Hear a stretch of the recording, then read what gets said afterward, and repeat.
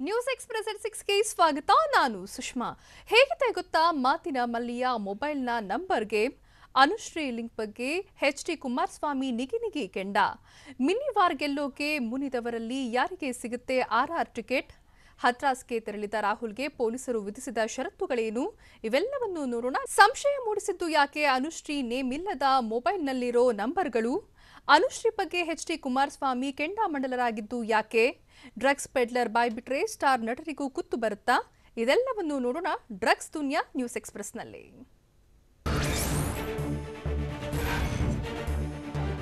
Sandalwood ನಶೆ ಕೇಸ್ನಲ್ಲಿ ಸಿಲುಕಿರುವ ನಟಿ ಕಮ್ ಆಂಕರ್ ಅನುಶ್ರೀಗೆ ಮಾದಕ ನಂಟೆ ಕಂಟಕವಾಗ್ತಿದೆ. ಅನುಶ್ರೀ ಮೊಬೈಲ್ನಲ್ಲಿ ಹೆಸರಿಲ್ಲದ ಹಲವು ನಂಬರ್ಗಳು ಸೇವ್ ಆಗಿವೆ. ಡ್ರಗ್ಸ್ ದಂಧೆ ಪ್ರಕರಣದಲ್ಲಿ ಈ ನಂಬರ್ಗಳೇ ಸಂಶಯ ಮೂಡಿಸಿದೆ. ಸರಿಸುಮಾರು 10 ರಿಂದ 15ಕ್ಕೂ ಹೆಚ್ಚು ನಂಬರ್ಗಳು ಹೆಸರಿಲ್ಲದೆ ಸೇವ್ ಆಗಿದ್ದು, ಕೆಲ ಪ್ರಮುಖರ ನಂಬರ್ಗಳನ್ನ ಹೆಸರಿಲ್ಲದೆ ಸೇವ್ ಮಾಡಿರುವ ಶಂಕೆ ವ್ಯಕ್ತವಾಗಿದೆ. ಸ್ಯಾಂಡಲ್ವುಡ್ ನಟ ನಟಿಯರ ಡ್ರಗ್ಸ್ ದಂಧೆ ಕೇಸ್ಗೆ ಸಂಬಂಧಿಸಿದಂತೆ ಡ್ರಗ್ಸ್ನಲ್ಲಿ ಭಾಗಿಯಾಗಿರುವ ಬಗ್ಗೆ ಕೆಲವು ಸಾಕ್ಷಿಗಳು ಲಭ್ಯವಾಗಿವೆ. ಈ ಸಾಕ್ಷಿಗಳ ಆಧಾರದ ಮೇಲೆ ಸಿಸಿಬಿ ಅಧಿಕಾರಿಗಳು ತನಿಖೆ ನಡೆಸಿದ್ದಾರೆ. ಕೆಲವು ಡ್ರಗ್ಸ್ ಪೆಡ್ಲರ್ಗಳ ಹೇಳಿಕೆ ಆಧರಿಸಿಯೇ ತನಿಖೆ ಮುಂದುವರೆದಿದೆ. ವಿಚಾರಣೆಗೆ ಬಂದ ದಿನವೇ ಹಲವು ರಾಜಕೀಯ ಮುಖಂಡರು ಒತ್ತಡ ಹಾಕಿರುವ ಶಂಕೆ ವ್ಯಕ್ತವಾಗಿದೆ.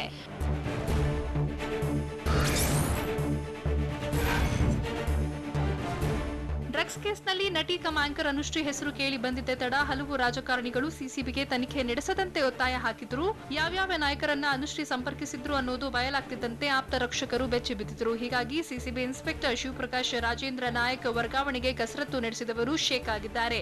ತನಿಖಾಧಿಕಾರಿ ವರ್ಗಾವಣೆಗೆ ತಡೆ ಆದೇಶ ಬಂದಿದ್ದು, ಈ 4 ರಾಜಕಾರಣಿಗಳನ್ನ ಚಿಂತೆಗೀಡು ಮಾಡಿದೆ.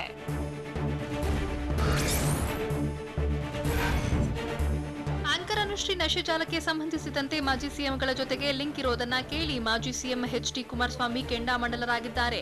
ಅನುಶ್ರೀ ರಾಜ್ಯದ 3 ರಾಜಕೀಯ ಪಕ್ಷಗಳ ನಾಯಕರಿಗೆ ಕಾಲ್ ಮಾಡಿ ಒತ್ತಡ ತರುತ್ತಿದ್ದಾರೆ. ಸಿಸಿಬಿ ಅಧಿಕಾರಿಗಳಿಗೆ ನಂಬರ್ ಸಿಕ್ಕಿದೆ ಅಂತೆ. 2 ಬಾರಿ ರಾಜ್ಯದ ಮುಖ್ಯಮಂತ್ರಿಯಾಗಿರೋದು ನಾನು. ಮಾಜಿ ಸಿಎಂ ಅಂತ ಯಾವ ಅಧಿಕಾರಿ ಮಾಹಿತಿ ಕೊಟ್ಟಿದ್ದಾನೆ ಹೇಳಿ ಅಂತ ಕೇಳಿದ್ದಾರೆ.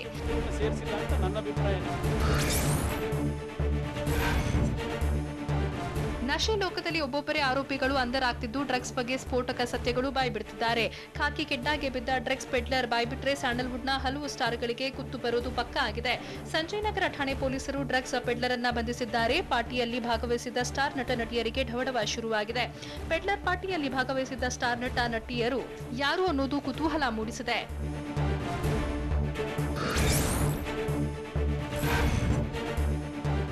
ಡ್ರಗ್ಸ್ ಪಾರ್ಟಿ ಬಗ್ಗೆ ಮತ್ತೊಂದು ಸ್ಫೋಟಕ ಸತ್ಯ ಬಯಲಾಗಿದೆ. ಕೊರೋನಾ ಲಾಕ್ಡೌನ್ ಅವಧಿಯಲ್ಲೂ ಐಷಾರಾಮಿ ಪಾರ್ಟಿಗಳಿಗೆ ಆರೋಪಿ ವೈಭವ್ ಜೈನ್ ಲಕ್ಷ ಹಣ ಪಾವತಿ ಮಾಡುತ್ತಿದ್ದಂತೆ ಸಿಸಿಬಿ ಗಿರಿಲ್ ವೇಳೆ ಆರೋಪಿ ವೈಭವ್ ಜೈನ್ ಹಲವು ಸೀಕ್ರೆಟ್ಗಳನ್ನ ಬಾಯ್ಬಿಟ್ಟಿದ್ದಾನೆ. ಡ್ರಗ್ಸ್ ದಂಧೆಗೆ ಈ ಖತರ್ನಾಕ್ಗಳಿಗೆ ಪಾರ್ಟಿಗಳೇ ಮೇನ್ ಅಡ್ಡಗಳಾಗಿದ್ದು,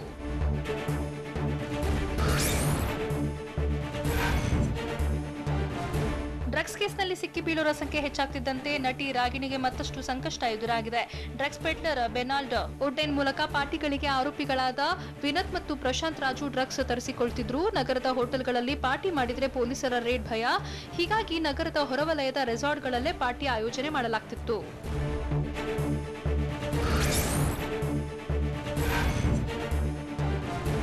ಸ್ಯಾಂಡಲ್ವುಡ್ ನಶೆ ರಾಣಿಯರಾದ ಸಂಜನಾ ಮತ್ತು ರಾಗಿಣಿ ಇಬ್ಬರ ನಶೆ ಪಾರ್ಟಿಗಳೀಗ ಅನ್ಯ ಚಟುವಟಿಕೆಗಳ ತಾಣವಾಗಿರುವುದು ಬಯಲಾಗಿದೆ. ರಾತ್ರಿ 12 ಗಂಟೆ ಬಳಿಕ ಪಾರ್ಟಿಯಲ್ಲಿ ಎಲ್ಲವೂ ಖುಲ್ಲಂಖುಲ್ಲಾ ಆಗಿರುತ್ತಿತ್ತು. ಆಫ್ಟರ್ ಪಾರ್ಟಿ ಯಾರ ಜೊತೆ ಬೇಕಾದ್ರೂ ಹೋಗಬಹುದಿತ್ತಂತೆ. ಬೆಂಗಳೂರಿನ ಸ್ಟಾರ್ ಹೋಟೆಲ್ಗಳಲ್ಲಿ ನಡೀತಿದ್ದ ಪಾರ್ಟಿಗಳಲ್ಲಿ ಡ್ರಗ್ಸ್ ಸೇವನೆ ಬಳಿಕ ನಡೀತಿದ್ದ ಪಾರ್ಟಿಯಲ್ಲಿ ಮಾನಿನಿಯರ ಸಪ್ಲೈ ಕೂಡ ನಡೀತಿತ್ತಂತೆ.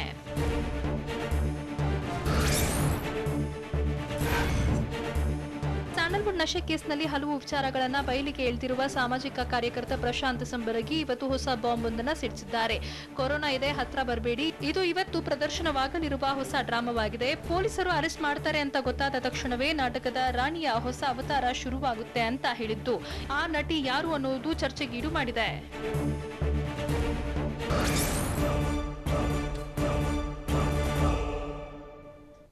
ಆರ್ಆರ್ ಕ್ಷೇತ್ರದ ಬಿಜೆಪಿ ಅಭ್ಯರ್ಥಿ ಇನ್ನೂ ನಿಗೂಢವಾಗಿರುವುದು ಯಾಕೆ? ಟಿಕೆಟ್ಗಾಗಿ ಮತ್ತೆ ಕಾಂಗ್ರೆಸ್ ಸೇರ್ತಾರಾ ಮುನಿರತ್ನ? ಜೆಡಿಎಸ್ ತೊರೆದು ಕಮಲ ಹಿಡಿದ ಡಾಕ್ಟರ್ ರಾಜೇಶ್ಗೆ ಶಿರಾ ಟಿಕೆಟ್ ಫಿಕ್ಸಾ? ಇದೆಲ್ಲವನ್ನೂ ನೋಡೋಣ ಮಿನಿ ವಾರ್ ನ್ಯೂಸ್ ಎಕ್ಸ್‌ಪ್ರೆಸ್‌ನಲ್ಲಿ. ರಾಜ್ಯದಲ್ಲಿ 2 ಕ್ಷೇತ್ರಗಳಿಗೆ ಬೈ ಎಲೆಕ್ಷನ್ ಡೇಟ್ ಘೋಷಣೆ ಆಗ್ತಿದ್ದಂತೆ 3 ರಾಜಕೀಯ ಪಕ್ಷಗಳಲ್ಲೂ ಟೆನ್ಷನ್ ಶುರುವಾಗಿದೆ. ಒಂದ್ ಕಡೆ ಕ್ಷೇತ್ರವನ್ನ ಗೆಲ್ಲಬೇಕು ಅನ್ನೋ ಆಸೆ ಇದ್ರೂ ಕೂಡ ಅಭ್ಯರ್ಥಿಗಳ ಆಯ್ಕೆ ಮಾಡುವುದೇ ದೊಡ್ಡ ಸವಾಲಾಗಿದೆ. ಅದರಲ್ಲೂ ಆರ್ಆರ್ ನಗರ ಕ್ಷೇತ್ರದ ಬಿಜೆಪಿ ಅಭ್ಯರ್ಥಿ ಯಾರು ಅನ್ನೋದೇ ಇನ್ನೂ ನಿಗೂಢವಾಗಿದೆ. ಈ ರೋಚಕ ಮಿನಿ ಕಾಳಗದಲ್ಲಿ ಟಿಕೆಟ್ ಗೆಲ್ಲೋದು ಮುನಿರತ್ನನೋ ಇಲ್ಲ ಮುನಿರಾಜು ಗೌಡರೋ ಅನ್ನೋ ಕುತೂಹಲ ಹೆಚ್ಚಿಸಿದೆ.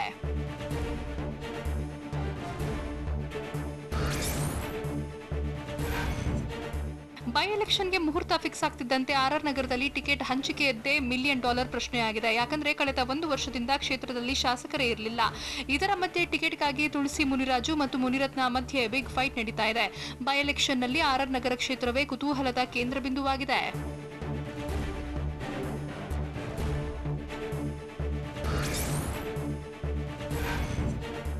ಆರ್ಆರ್ ನಗರ ಮಿನಿ ವಾರ್ನಲ್ಲಿ ಮುನಿರತ್ನಗೆ ಟಿಕೆಟ್ ನೀಡೋದು ಇನ್ನೂ ಪಕ್ಕಾ ಆಗಿಲ್ಲ. ಹೀಗಾಗಿ ಮತ್ತೆ ಕಾಂಗ್ರೆಸ್ಗೆ ಸೇರಿಕೊಳ್ಳುವ ಬಗ್ಗೆ ಮಾತುಗಳು ಕೂಡ ಕೇಳಿ ಬರ್ತಿವೆ. ಈ ಬಗ್ಗೆ ಬೆಳಗಾವಿಯಲ್ಲಿ ಮಾತನಾಡಿರೋ ಕೆಪಿಸಿಸಿ ಅಧ್ಯಕ್ಷ ಡಿಕೆ ಶಿವಕುಮಾರ್, ಪಕ್ಷಕ್ಕೆ ಬರೋಕೆ ಯಾರು ಬೇಕಾದ್ರೂ ಅರ್ಜಿ ಹಾಕಬಹುದು. ಅರ್ಜಿ ಬಂದ ಬಳಿಕ ಕುಳಿತುಕೊಂಡು ಆ ಬಗ್ಗೆ ಚರ್ಚಿಸುತ್ತೇವೆ. ಶಿರಾದಲ್ಲಿ ಎಲ್ಲರೂ ಸೇರಿ ಒಂದು ಅಭಿಪ್ರಾಯಕ್ಕೆ ಬಂದಿದ್ದಾರೆ. ಅವರು ಕಳಿಸಿದವರ ಹೆಸರು ದೆಹಲಿಗೆ ಶಿಫಾರಸು ಮಾಡುವೆ ಅಂತ ಡಿಕೆಶಿ ಹೇಳಿದ್ರು.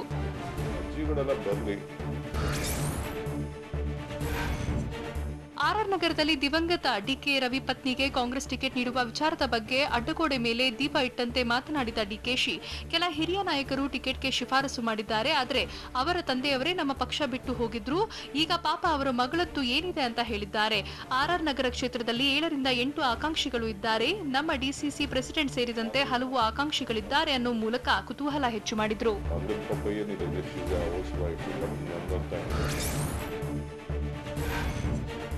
ಆರ್ಆರ್ ನಗರ ಕ್ಷೇತ್ರದಲ್ಲಿ ಟಿಕೆಟ್ಗಾಗಿ ಸಾಕಷ್ಟು ಜನ ಆಕಾಂಕ್ಷಿಗಳಿದ್ದಾರೆ. 2 ರಿಂದ 3 ದಿನದಲ್ಲಿ ಕಾಂಗ್ರೆಸ್ ಅಭ್ಯರ್ಥಿ ಅಂತಿಮ ಮಾಡ್ತೀವಿ ಅಂತ ಸಿಎಲ್ಪಿ ನಾಯಕ ಸಿದ್ದರಾಮಯ್ಯ ಹೇಳಿದ್ರು. ಉಪಚುನಾವಣೆಯಲ್ಲಿ ಯಾವ ಪಕ್ಷದ ಜೊತೆಗೂ ಮೈತ್ರಿ ಇಲ್ಲ. ಹನುಮಂತರಾಯಪ್ಪ ನನ್ನನ್ನ ಭೇಟಿ ಮಾಡಿರುವುದು ನಿಜ, ಆದ್ರೆ ಸಂಸದ ಡಿಕೆ ಸುರೇಶ್ ಭೇಟಿಯಾಗೋಕೆ ತಿಳಿಸಿದ್ದೇನೆ ಅಂತ ಸಿದ್ದು ಹೇಳಿದ್ದು ಕಾಂಗ್ರೆಸ್ ನಡೆ ನಿಗೂಢವಾಗಿದೆ.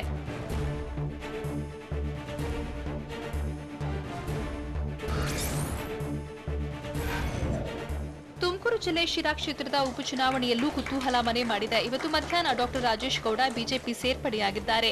ಜೆಡಿಎಸ್ ಟಿಕೆಟ್ ಆಕಾಂಕ್ಷಿಯಾಗಿದ್ದ ಡಾಕ್ಟರ್ ರಾಜೇಶ್ಗೆ ಟಿಕೆಟ್ ಸಿಗೋದು ಅನುಮಾನವಾಗಿತ್ತು. ಹೀಗಾಗಿ ಬಿಜೆಪಿಗೆ ಸೇರಿ ಟಿಕೆಟ್ ಪಡೆಯುವ ಪ್ರಯತ್ನದಲ್ಲಿ ಯಶಸ್ವಿಯಾಗಿದ್ದು ಅಂತಿಮವಾಗಿ ರಾಜೇಶ್ ಗೌಡಗೆ ಬಿಜೆಪಿ ಟಿಕೆಟ್ ಸಾಧ್ಯತೆ ಇದೆ. 15 ವರ್ಷಗಳಿಂದ ಜೆಡಿಎಸ್ನಲ್ಲಿ ಗುರುತಿಸಿಕೊಂಡಿದ್ದರೂ ರಾಜೇಶ್ಗೆ ಯಾವುದೇ ಸ್ಥಾನಮಾನ ನೀಡಿರಲಿಲ್ಲ.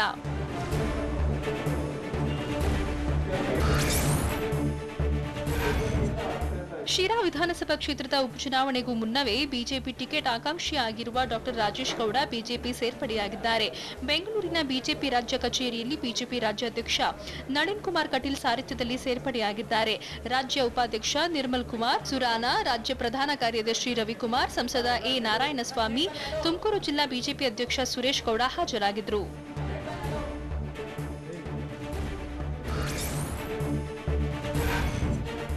ತುಮಕೂರು ಜಿಲ್ಲೆ ಶಿರಾ ತಾಲೂಕಿನ ತೊಗಿರಿಗುಂಟೆಯ ಗೊಲ್ಲರಹಟ್ಟಿ ಗ್ರಾಮಸ್ಥರು ಡಾಕ್ಟರ್ ಶಿವಕುಮಾರ್ ಅನ್ನೋರಿಗೆ ಟಿಕೆಟ್ ನೀಡುವಂತೆ ಆಗ್ರಹಿಸಿದ್ದಾರೆ.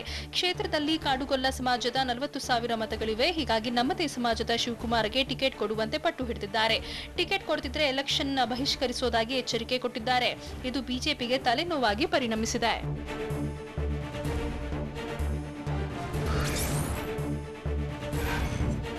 ಆರ್ಆರ್ ನಗರ ಮತ್ತು ಶಿರಾ ಬೈ ಎಲೆಕ್ಷನ್ ವಾರ್ನಲ್ಲಿ ಗೆಲ್ಲೋಕೆ ಕಾಂಗ್ರೆಸ್ನಲ್ಲಿ ಪ್ರಬಲ ಅಭ್ಯರ್ಥಿಗಳ ಹುಡುಕಾಟಕ್ಕೆ ಮುಂದಾಗಿದೆ. ಹೀಗಾಗಿ ಮಾಜಿ ಸಚಿವ ರಾಮಲಿಂಗಾರೆಡ್ಡಿ ನೇತೃತ್ವದಲ್ಲಿ ಒಂದು ಸಮಿತಿ ರಚಿಸಿದ್ದೇವೆ ಅಂತ ಕೆಪಿಸಿಸಿ ಅಧ್ಯಕ್ಷ ಡಿಕೆ ಶಿವಕುಮಾರ್ ಹೇಳಿದ್ದಾರೆ. ಆ ಸಮಿತಿ ಎಲ್ಲರ ಜೊತೆ ಸಭೆ ಮಾಡಿ ಚರ್ಚಿಸಿದ ಬಳಿಕ ಹೆಸರು ಫೈನಲ್ ಮಾಡಲಾಗುತ್ತೆ ಅಂತ ಡಿಕೆಶಿ ಹೇಳಿದರು.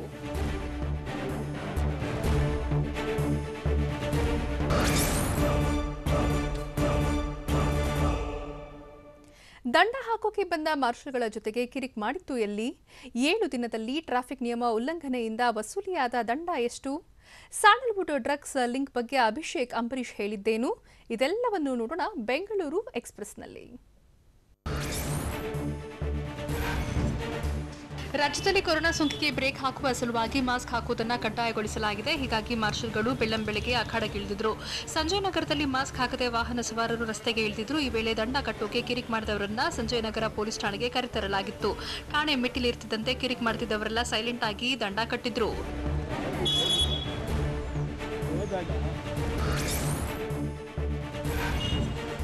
ಕೊರೋನಾ ಸೋಂಕು ನಿಗ್ರಹಿಸುವ ಸಲುವಾಗಿ ಮಾಸ್ಕ್ ಹಾಕದವರಿಗೆ 1,000 ರೂಪಾಯಿ ದಂಡ ವಿಧಿಸಲಾಗುತ್ತದೆ. ಆದರೆ ಬಿಬಿಎಂಪಿ ಮಾರ್ಷಲ್ಗಳ ವಿರುದ್ಧ ಬೆಂಗಳೂರಿನ ಟಿ ದಾಸರಹಳ್ಳಿ ಪೈಪ್ಲೈನ್ ರಸ್ತೆಯಲ್ಲಿ ಸಾರ್ವಜನಿಕರು ಆಕ್ರೋಶ ಹೊರಹಾಕಿದ್ದಾರೆ. 6 ತಿಂಗಳಿಂದ ಮನೆ ಬಾಡಿಗೆ ಕಟ್ಟಿಲ್ಲ, ವಿದ್ಯುತ್ ಬಿಲ್ ಕಟ್ಟಿಲ್ಲ, ಜೇಬ್ನಲ್ಲಿ 1 ಪೈಸೆ ದುಡ್ಡಿಲ್ಲ, ದಂಡ ಹೇಗೆ ಕಟ್ಟೋಣ ಅಂತ ಜನರು ಪ್ರಶ್ನಿಸಿದ್ದಾರೆ. ಅಲ್ಲದೆ ರಾಜ್ಯ ಸರ್ಕಾರವೇ ನಮಗೆ ಉಚಿತವಾಗಿ ಮಾಸ್ಕ್ ನೀಡಲಿ, ಬಳಿಕ ಕಡ್ಡಾಯ ಮಾಡಲಿ ಅಂತ ಕಿಡಿಕಾರಿದ್ದಾರೆ.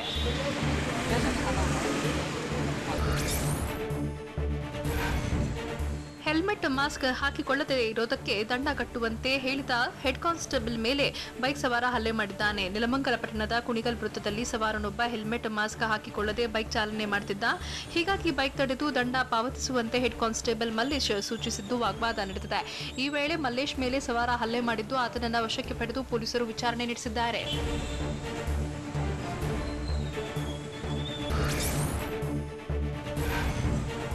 ಲಾಕ್ಡೌನ್ ಸಡಿಲಿಕೆ ಬೆನ್ನಲ್ಲೇ ಬೆಂಗಳೂರಿನಲ್ಲಿ ಟ್ರಾಫಿಕ್ ನಿಯಮ ಉಲ್ಲಂಘನೆ ಹೆಚ್ಚಾಗಿದೆ. ಕೊರೋನಾ ಅಬ್ಬರಿಸುತ್ತಿರುವುದನ್ನು ಮರೆತು ಜನರು ಬೇಕಾಬಿಟ್ಟಿ ಓಡಾಡುತ್ತಿದ್ದು, ಕಳೆದ 7 ದಿನಗಳಲ್ಲಿ 2 ಕೋಟಿ ರೂಪಾಯಿಗೂ ಹೆಚ್ಚು ದಂಡ ವಸೂಲಿ ಮಾಡಲಾಗಿದೆ. ಒಂದು ವಾರದಲ್ಲಿ 55,717 ಸಂಚಾರಿ ನಿಯಮ ಉಲ್ಲಂಘನೆ ಕೇಸ್ ದಾಖಲಾಗಿದ್ದು, 2,35,33,100 ರೂಪಾಯಿ ದಂಡ ವಸೂಲಿ ಮಾಡಿದ್ದಾರೆ.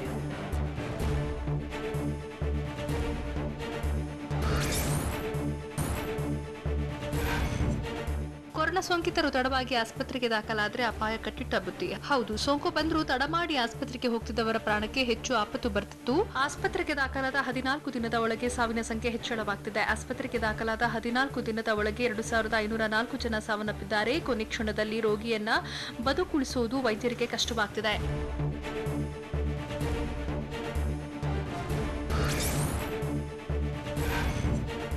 ರಾಜಧಾನಿ ಬೆಂಗಳೂರು ಸಮೀಪವೇ ಚಿರತೆಗಳು ಪ್ರತ್ಯಕ್ಷವಾಗ್ತಿವೆ. ಕೆಂಗೇರಿ ಬಳಿ ಇರುವ ಯಶವಂತಪುರ ವಿಧಾನಸಭಾ ಕ್ಷೇತ್ರದ ಭೀಮನಗುಪ್ಪೆ ಗ್ರಾಮಕ್ಕೆ ಕಳೆದ 20 ದಿನಗಳಿಂದ 5 ಚಿರತೆಗಳು ನುಗ್ಗಿದ್ದು, ಈವರೆಗೂ 2 ಕರು, 9 ಮೇಕೆ, 10ಕ್ಕೂ ಹೆಚ್ಚಿನ ನಾಯಿಗಳನ್ನು ತಿಂದಿವೆ.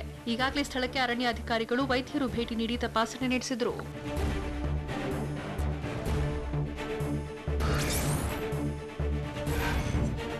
ವಿಶ್ವದ ಅತ್ಯಂತ ಉದ್ದದ ಸುರಂಗ ಮಾರ್ಗಕ್ಕೆ ಪ್ರಧಾನಿ ಮೋದಿ ಗ್ರೀನ್ ಸಿಗ್ನಲ್ ತೋರಿದ್ದಾರೆ. ಈ ಅಟಲ್ ಸುರಂಗದಿಂದ ಭಾರತದ ಘನತೆ, ಕೀರ್ತಿ ಹೆಚ್ಚಾಗಿದೆ ಅಂತ ಸಿಎಂ ಬಿಎಸ್ವೈ ಹೇಳಿದ್ದಾರೆ. ಮಾಧ್ಯಮ ಪ್ರಕಟಣೆ ಹೊರಡಿಸಿರುವ ಬಿಎಸ್ವೈ, ಈ ಸುರಂಗ ಭಾರತೀಯ ಸೇನೆಗೆ ಸಹಾಯಕವಾಗಿದೆ, ದೇಶದ ಭದ್ರತೆಗೂ ಲಾಭದಾಯಕವಾಗಿ ಪರಿಣಮಿಸಲಿದೆ ಅಂತ ತಿಳಿಸಿದ್ದಾರೆ.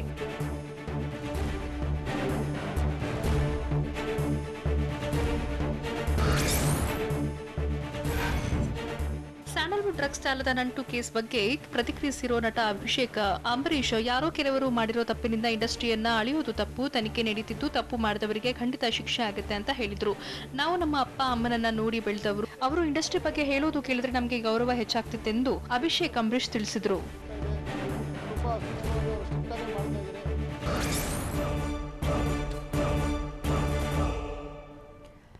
ಡ್ರಗ್ಸ್ ಪ್ರತಿಯೊಬ್ಬರಿಗೂ ಅವಶ್ಯಕತೆ ಇದೆ ಅಂತ ಹೇಳಿ ಉಲ್ಟಾ ಹೊಡೆದ ಶಾಸಕ ಯಾರು? ವರ್ಗಾವಣೆ ದಂಧೆ ಬಗ್ಗೆ ರೇವಣ್ಣ ಸಿಡಿಸಿದ ಬಾಂಬ್ ಏನು? ಎದೆವರೆಗೂ ಹರಿತಿದ್ದ ನೀರಿನ ಮಧ್ಯೆ ಶವ ಸಾಗಾಟ ಮಾಡಿತ್ತು ಎಲ್ಲಿ? ಇಂಥ ಕೌತುಕದ ಸುದ್ದಿಗಳನ್ನು ನೋಡೋಣ ಸ್ಟೇಟ್ ನ್ಯೂಸ್ ಎಕ್ಸ್‌ಪ್ರೆಸ್‌ನಲ್ಲಿ. ಡ್ರಗ್ಸ್ ಪ್ರತಿಯೊಬ್ಬರಿಗೂ ಅವಶ್ಯಕತೆ ಇದೆ ಅಂತ ಹೇಳಿದ ಕಾಂಗ್ರೆಸ್ ಶಾಸಕ ಅಮರೇಗೌಡ ಬೈಯಪ್ಪುರ್ ಕೆಲವೇ ಹೊತ್ತಿನಲ್ಲಿ ಉಲ್ಟಾ ಹೊಡೆದಿದ್ದಾರೆ. ಚಟ ಎಲ್ರಿಗೂ ಇದ್ದೇ ಇರುತ್ತೆ, ಎಲ್ಲರೂ ಅಂದ್ರೆ 100% ಅಲ್ಲ, 30ರಿಂದ 40% ಜನರಿಗೆ ಇರಬಹುದು ಅಂತ ಕುಷ್ಟಗಿ ಶಾಸಕ ಅಮರೇಗೌಡ ಹೇಳಿದ್ದಾರೆ. ಸಿನಿಮಾ ನಟಿಯರು ಡ್ರಗ್ಸ್ ನಲ್ಲಿ ಇದ್ದರೂ ಇರಬಹುದು, ಅವರನ್ನ ಅಷ್ಟು ಬಿಂಬಿಸೋದು ಸರಿಯಲ್ಲ ಅಂತ ಅಮರೇಗೌಡ ಹೇಳಿದ್ರು. ಎಲ್ಲರೂ ಅಂದ್ರೆ ಪೂರಾ 99% ಅಂತಲ್ಲ.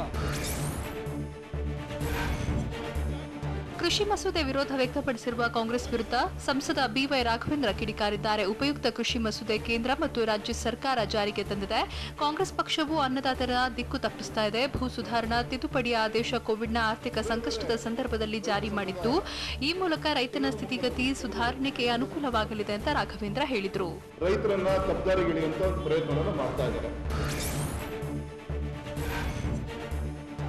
ದೇಶದಲ್ಲಿ ರಾಮನ ವಿಗ್ರಹಕ್ಕಿಂತ ಅಂಬೇಡ್ಕರ್ಗೆ ವಿಗ್ರಹಗಳು ಜಾಸ್ತಿ ಇವೆ ಅಂತ ಕೆಪಿಸಿಸಿ ಅಧ್ಯಕ್ಷ ಡಿಕೆ ಶಿವಕುಮಾರ್ ಹೇಳಿದರು. ಹುಬ್ಬಳ್ಳಿಯಲ್ಲಿ ಮಾತನಾಡಿದ ಡಿಕೆಶಿ, ನಮಗೂ ರಾಮನ ಬಗ್ಗೆ ಗೌರವ ಇದೆ, ಆದರೆ ಹಿಂದೂಯಿಸಂ ಯಾರ ಮನೆ ಆಸ್ತಿ ಅಲ್ಲ, ಹಿಂದೂ ಧರ್ಮ ಭಾರತೀಯರ ಆಸ್ತಿ, ಅವರವರ ಧರ್ಮ ಅವರವರಿಗೆ ಬಿಟ್ಟಿದ್ದು ಅಂತ ಬಿಜೆಪಿ ನಾಯಕರಿಗೆ ಡಿಕೆಶಿ ಟಾಂಗ್ ಕೊಟ್ಟರು. ಹಿಂದೆ ಇದ್ದಂತ ಎಲ್ಲ ಸರ್ಕಾರಗಳು ಭವಿಷ್ಯ ತಂದು ಈ ದೇಶ ಸಿಎಂ ಬಿಎಸ್ ಯಡಿಯೂರಪ್ಪ ಹಸಿರು ಶಾಲಿನ ಕುರಿತು ಮಾಜಿ ಸಿಎಂ ಸಿದ್ದರಾಮಯ್ಯ ಟೀಕೆ ವ್ಯಕ್ತಪಡಿಸಿದರು. ಇದಕ್ಕೆ ಟಾಂಗ್ ಕೊಟ್ಟಿರೋ ಸಚಿವ ಕೆಎಸ್ ಈಶ್ವರಪ್ಪ, ಸಿದ್ದುಗೆ ಹಸಿರು ಇಲ್ಲ, ಕೇಸರಿನೂ ಇಲ್ಲ, ಇವರೆಲ್ಲರೂ ಕೇವಲ ಟ್ವೀಟ್ ಮೂಲಕ ಟೀಕೆ ಮಾಡ್ತಾರೆ, ಇದು ನಾಚಿಕೆಗೇಡಿನ ಸಂಗತಿ ಅಂತ ಹೇಳಿದರು. ಶಿವಮೊಗ್ಗದಲ್ಲಿ ಮಾತನಾಡಿದ ಸಚಿವರು, ಬೆಂಗಳೂರಿನಲ್ಲಿ ಹಿಂದೂ ಮುಸ್ಲಿಂ ಮಧ್ಯೆ ಬೆಂಕಿ ಹಚ್ಚುವ ಕೆಲಸವನ್ನ ಕಾಂಗ್ರೆಸ್ ಮಾಡಿದೆ ಅಂತ ಕಿಡಿಕಾರಿದರು. ಸಿದ್ದರಾಮಯ್ಯರ ಹಸಿರು ಇಲ್ಲ, ಕೇಸರಿ ಇಲ್ಲ.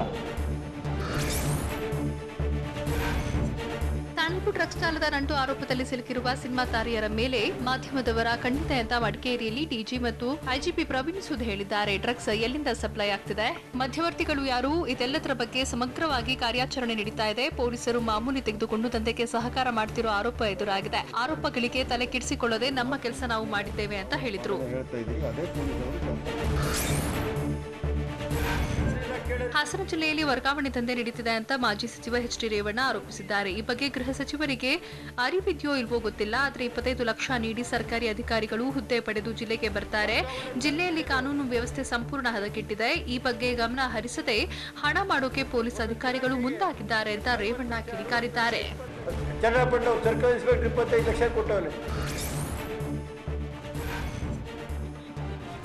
ಜೀವದ ಹಂಗು ತೊರೆದು ಶವ ಹೊತ್ತೊಯ್ದು ಅಂತ್ಯಕ್ರಿಯೆ ಮಾಡಿರುವ ಘಟನೆ ಯಾದಗಿರಿ ಜಿಲ್ಲೆ ಗುರುಮಠಕಲ್ ತಾಲೂಕಿನ ಮೀನಸಾಪುರದಲ್ಲಿ ನಡೆದಿದೆ. ಹಳ್ಳತಾಚೆ ದಲಿತ ಸಮುದಾಯದ ಸ್ಮಶಾನ ಇರೋದ್ರಿಂದ ದಲಿತ ಸಮುದಾಯದವರು ಮೃತಪಟ್ಟರೆ ಅಲ್ಲೇ ಅಂತ್ಯಕ್ರಿಯೆ ಮಾಡಬೇಕಿದೆ. ಗ್ರಾಮದ ಬೇರೆ ಕಡೆ ಅಂತ್ಯಕ್ರಿಯೆಗೆ ಅವಕಾಶ ನೀಡಿಲ್ಲ. ಇದುವರೆಗೂ ಹರಿಯುತ್ತಿರುವ ನೀರಿನ ಮಧ್ಯೆ ಶವ ಸಾಗಾಟ ಮಾಡಿದ್ದು ಶವ ಸಂಸ್ಕಾರಕ್ಕೆ ಸ್ಥಳ ನೀಡುವಂತೆ ಸರ್ಕಾರಕ್ಕೆ ಒತ್ತಾಯಿಸಿದ್ದಾರೆ.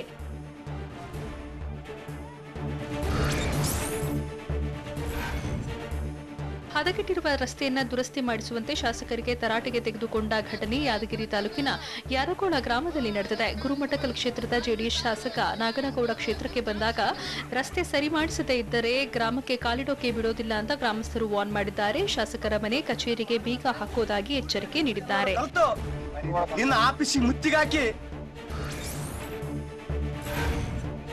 ವಿವಿಧ ಬೇಡಿಕೆಗಳನ್ನು ಈಡೇರಿಸೋಕೆ ಆಗ್ರಹಿಸಿ ಆರೋಗ್ಯ ಇಲಾಖೆ ಗುತ್ತಿಗೆ ನೌಕರರು ಪ್ರತಿಭಟನೆ ನಡೆಸಿದ್ದಾರೆ. ಚಿಕ್ಕಮಗಳೂರಿನ ಆಜಾದ್ ಪಾರ್ಕ್ ವೃತ್ತದಲ್ಲಿ ಧರಣಿ ನಡೆಸಿದ್ದು ಗುತ್ತಿಗೆ ನೌಕರರ ಪ್ರತಿಭಟನೆ 10ನೇ ದಿನಕ್ಕೆ ಕಾಲಿಟ್ಟಿದೆ. ಜಿಲ್ಲೆಯಾದ್ಯಂತ 1200 ಗುತ್ತಿಗೆ ನೌಕರರಿಂದ ಧರಣಿ ನಡೆಸಿದ್ದು ತಮ್ಮ ಸಮಸ್ಯೆಗಳನ್ನು ಆದಷ್ಟು ಬೇಗ ಈಡೇರಿಸುವಂತೆ ಒತ್ತಾಯಿಸಿದ್ದಾರೆ.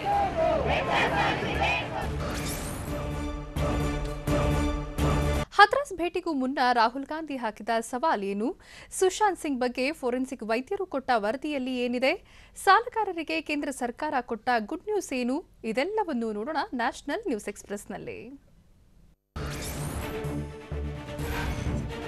ಹತ್ರಾಸ್ನಲ್ಲಿನ ದಲಿತ ಯುವತಿ ಮೇಲಿನ ಅತ್ಯಾಚಾರ ಮತ್ತು ಹತ್ಯೆ ಕೇಸ್ ದಿನಕ್ಕೊಂದು ತಿರುವು ಪಡ್ಕೊಳ್ತಾ ಇದೆ. ಘಟನಾ ಸಂಬಂಧ ಸಂತ್ರಸ್ತೆಯ ಕುಟುಂಬಸ್ಥರು ಮತ್ತು ಸಾಕ್ಷಿಗಳಿಗೆ ನಾರ್ಕೋ ಪರೀಕ್ಷೆ ನಡೆಸೋಕೆ ನಿರ್ಧರಿಸಲಾಗಿತ್ತು. ಆದರೆ ಸಂತ್ರಸ್ತೆ ಕುಟುಂಬಸ್ಥರಿಗೆ ಮಂಪರು ಪರೀಕ್ಷೆ ನಡೆಸದಂತೆ ಅರ್ಜಿ ಸಲ್ಲಿಸಲಾಗಿದೆ. ಅಲಹಾಬಾದ್ ಹೈಕೋರ್ಟ್ಗೆ ಸಾಕೇತ್ ಗೋಖಲೆ ಅನ್ನೋರು ಅರ್ಜಿ ಸಲ್ಲಿಸಿ ಪರೀಕ್ಷೆ ನಡೆಸದಂತೆ ಮನವಿ ಮಾಡಿದ್ದಾರೆ.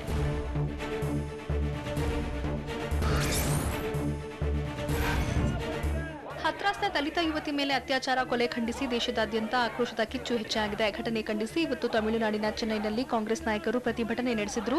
ಅತ್ಯಾಚಾರಿಗಳನ್ನ ಗಲ್ಲಿಗೇರಿಸುವಂತೆ ಹಾಗೂ ಯುಪಿ ಸಿಎಂ ಆದಿತ್ಯನಾಥ್ ರಾಜೀನಾಮೆ ನೀಡುವಂತೆ ಪ್ರತಿಭಟನಾಕಾರರು ಘೋಷಣೆ ಕೂಗಿದ್ರು. ಪ್ರತಿಭಟನೆ ತೀವ್ರ ಸ್ವರೂಪ ಪಡ್ಕೊಳ್ತಿದ್ದಂತೆ ಕಾಂಗ್ರೆಸ್ ನಾಯಕರನ್ನ ಪೊಲೀಸರು ಬಂಧಿಸಿದ್ರು.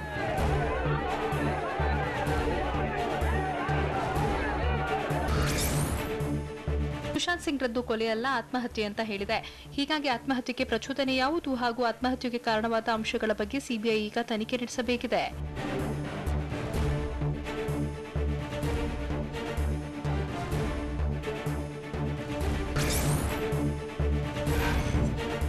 ಸಾಲಗಾರರಿಗೆ ಕೇಂದ್ರ ಸರ್ಕಾರ ಗುಡ್ ನ್ಯೂಸ್ ನೀಡಿದೆ. 2 ಕೋಟಿ ರೂಪಾಯಿವರೆಗಿನ ಸಾಲದ ಮೇಲಿನ ಚಕ್ರಬಡ್ಡಿ ಮನ್ನಾಗೆ ಕೇಂದ್ರ ಸರ್ಕಾರ ಸಮ್ಮತಿ ಸೂಚಿಸಿದೆ. ಸುಪ್ರೀಂ ಕೋರ್ಟ್ಗೆ ಕೇಂದ್ರ ಸರ್ಕಾರ ಅಫಿಡವಿಟ್ ಸಲ್ಲಿಸಿದ್ದು ಮೊರಾಟೋರಿಯಂ ಅವಧಿಯಲ್ಲಿ ವಿಧಿಸಿದ ಚಕ್ರಬಡ್ಡಿ ಮನ್ನಾಗೆ ಒಪ್ಪಿದೆ. ಇನ್ನು ಕ್ರೆಡಿಟ್ ರೇಟಿಂಗ್ ಇಳಿಸದಿರೋಕೆ ಸಾಧ್ಯವೇ ಎಂಬ ಬಗ್ಗೆ ಸೆಬಿ ಜೊತೆ ಚರ್ಚಿಸುವುದಾಗಿ ಕೇಂದ್ರ ಸರ್ಕಾರ ವಿವರಣೆ ನೀಡಿದೆ.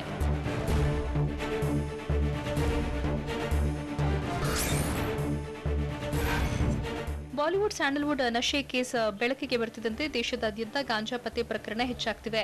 ದೇವರ ನಾಡಲ್ಲೂ ಗಾಂಜಾ ಘಾಟು ಇರೋದು ಪತ್ತೆಯಾಗಿದೆ. ಕೇರಳದಲ್ಲಿ ಅಧಿಕಾರಿಗಳು ಭರ್ಜರಿ ಕಾರ್ಯಾಚರಣೆ ನಡೆಸಿದ್ದು 150 ಕೆಜಿ ಗಾಂಜಾ ವಶಕ್ಕೆ ಪಡೆದಿದ್ದಾರೆ. ಮಲಪ್ಪುರಂನಲ್ಲಿ ದಾಳಿ ನಡೆಸಿದ್ದು 3 ಆರೋಪಿಗಳನ್ನು ಬಂಧಿಸಲಾಗಿದೆ.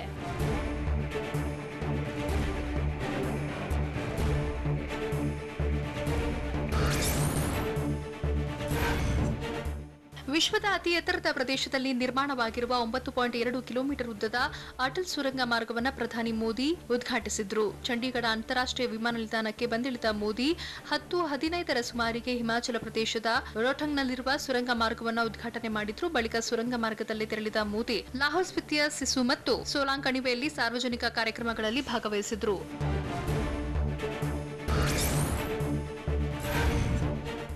ಗಡಿ ಸಂಘರ್ಷದ ಮಧ್ಯೆ ಮುಂದಿನ ವರ್ಷದ ಜೂನ್ ತಿಂಗಳಿನಲ್ಲಿ ಲೇಹ್ ಲಡಾಖ್ನ ಸಿಂಧೂ ನದಿಯ ದಂಡೆ ಮೇಲೆ ಸಿಂಧೂ ಮಹಾಕುಂಭ ನಡೆಯಲಿದೆ. ಕಾರ್ಯಕ್ರಮದ ಪೂರ್ವ ಸಿದ್ಧತಾ ಸಭೆಯು ಆರ್ಎಸ್ಎಸ್ನ ಇಂದ್ರೇಶ್ ನೇತೃತ್ವದಲ್ಲಿ ಲೇಹ್ ಲಡಾಖ್ನಲ್ಲಿ ನಡೆಯುತ್ತಿದೆ. ನಾನಾ ರಾಜ್ಯಗಳಿಂದ ಸಮಿತಿಗಳು ಆಗಮಿಸಿದ್ದು, ಕರ್ನಾಟಕದಿಂದ ಡಾ ವೆಂಕಟೇಶ್ ಮೌರ್ಯ ನೇತೃತ್ವದ ತಂಡ ಲೇಹ್ನ ಸಭೆಯಲ್ಲಿ ಭಾಗವಹಿಸಿದೆ.